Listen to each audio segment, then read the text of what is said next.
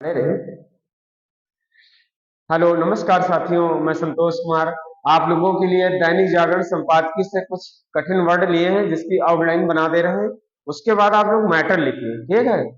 ये आउटलाइन लिख लीजिए, उसके बाद मैटर लिख लो। जो लोग चैनल नहीं सब्सक्राइब किए सब्सक्राइब कर ले भैया, लाइक वाइक कर दो क्योंकि मेहनत से आउटलाइन बनाई जाती है, ठीक है।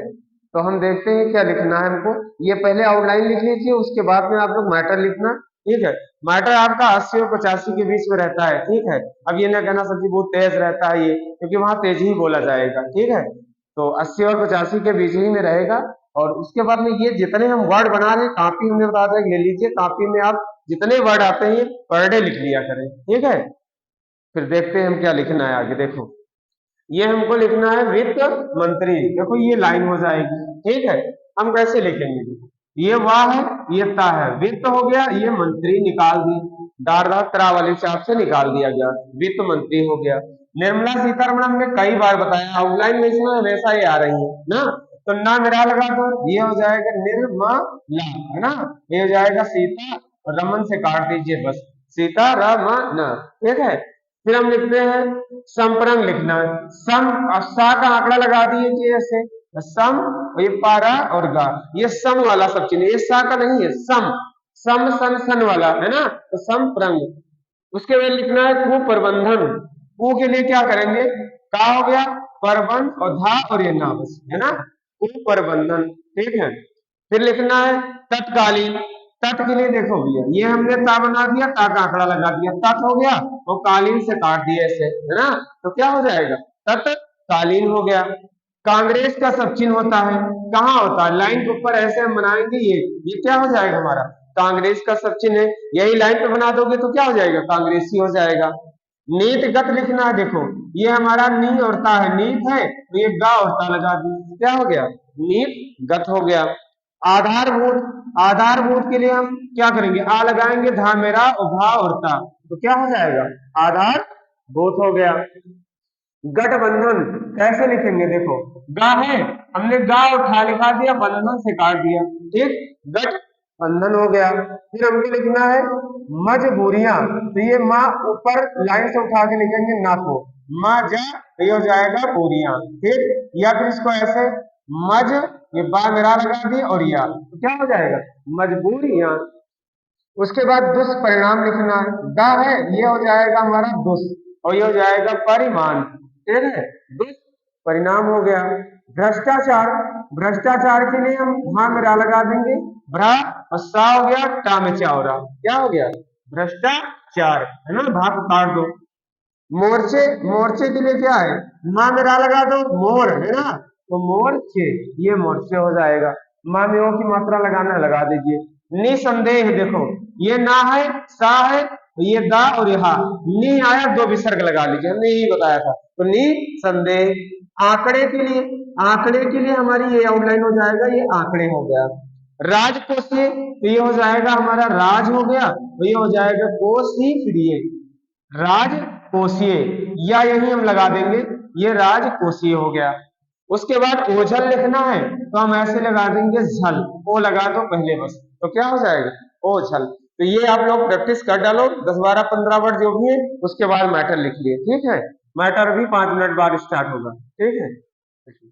मैटर स्टार्ट होगा 5 सेकंड बाद। स्टार्ट। वित्त मंत्री निर्मला सीतारमण की ओर से संपरंग शासन के समय के आर्थिक कुप्रबंधन को प्रकट करने वाले श्वेत पत्र में यह जो कहा गया कि तत्कालीन सरकार के तौर तरीकों से कमजोर अर्थव्यवस्था की नींव पड़ी, उससे असहमत होना कठिन है। यह स्पष्ट ही है कि कांग्रेस को यह श्वेत पत्र रास नहीं आया और इसीलिए उसने मोदी सरकार के कार्यकाल को लेकर आनन फानन अपना स्याह पत्र पेश किया और यह गिनाया कि कैसे यह सरकार हर मोर्चे पर विफल रही। कांग्रेस यह सब करके इस तथ्य को नहीं नकार सकती कि मनमोहन सरकार अपने दूसरे कार्यकाल में किस तरह नीतिगत पंगुता का शिकार बन गई थी।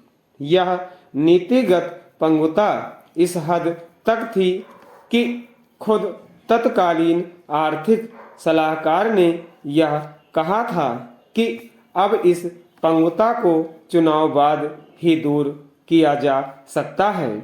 इसकी भी अनदेखी नहीं की जा सकती कि संप्रंग शासन के समय किस प्रकार घपले घोटालों की झड़ी लग गई थी। इनमें बैंक घोटाले भी शामिल थे।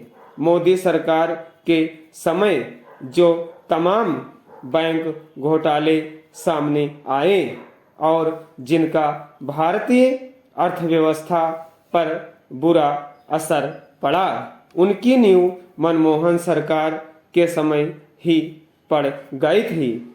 इन घपलों घोटालों को लेकर मनमोहन सिंह ने कहा था कि गठबंधन सरकार की कुछ मजबूरियां होती हैं। यह संप्रंग शासन के आर्थिक कुप्रबंधन के साथ भ्रष्टाचार पर लगाम न लग पाने का ही दुष्परिणाम रहा कि 2014 के आम चुनावों में कांग्रेस महज 44 सीटों पर ही सिमट गई थी। यदि सब कुछ सही था तो फिर कांग्रेस की इतनी दुर्गति क्यों हुई।